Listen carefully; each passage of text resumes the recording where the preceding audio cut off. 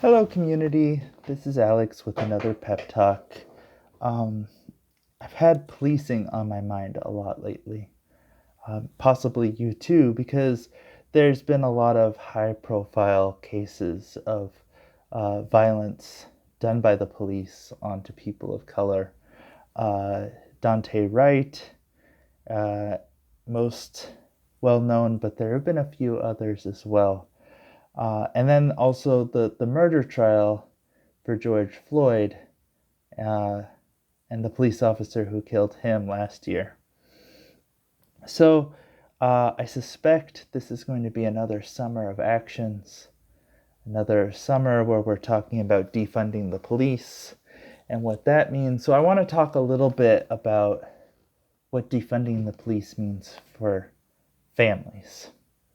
So, first of all, I want to acknowledge that I was raised with the story that police officers are here to help, that if you need help, you can look for the police and they will help you.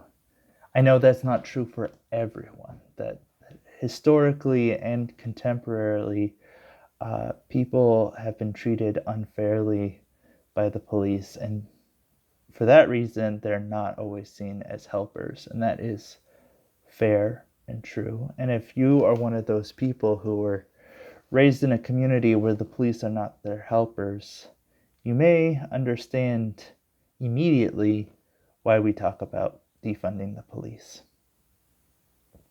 So, next, I'd like to mention that the police are government employees. They work for us.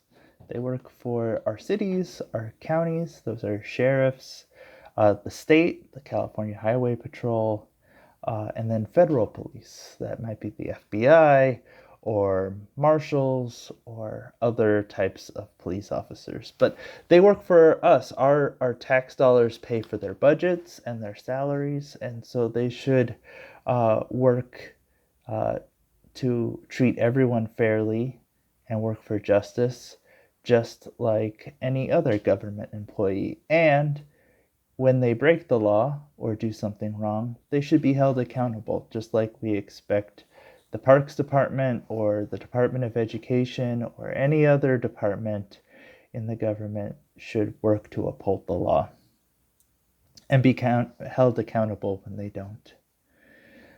Along the lines of budgets, it's really easy to download your city's budget and to see where your tax money goes. And in most cities in the United States, a majority of tax dollars go to policing, to paying salaries, equipment, and jailing, but also taking care of lawsuits against the police because they did something wrong and were being sued.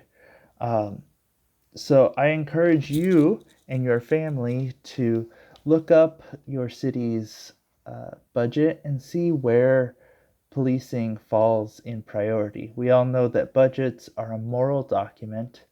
They name what our priorities are.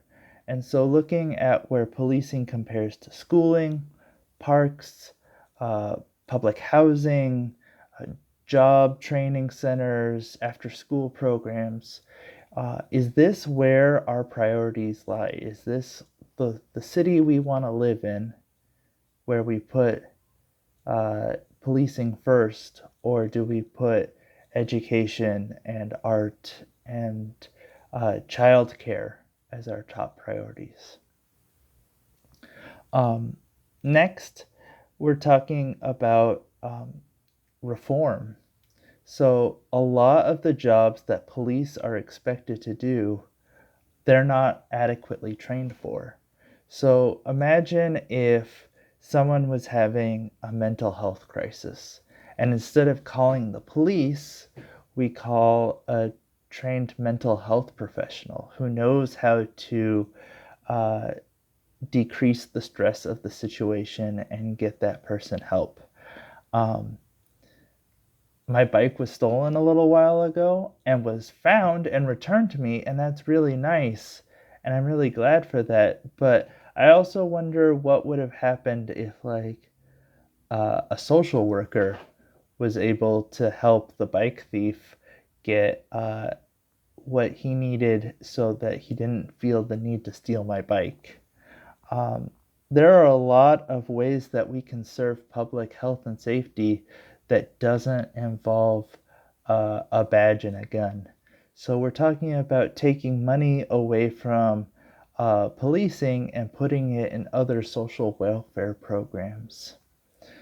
And then finally, as I mentioned up top, we know that the history of policing has been highly racialized, that even during slave times, that our police were used to uphold the law, which meant that if an enslaved person ran away from the the place that they were being enslaved, the police would return them to the person who had enslaved them.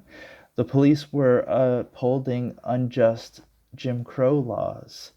And more recently, that policing is more heavily in neighborhoods of color. So it is difficult in the minds of many people to separate the police from the structures of violence that they uphold.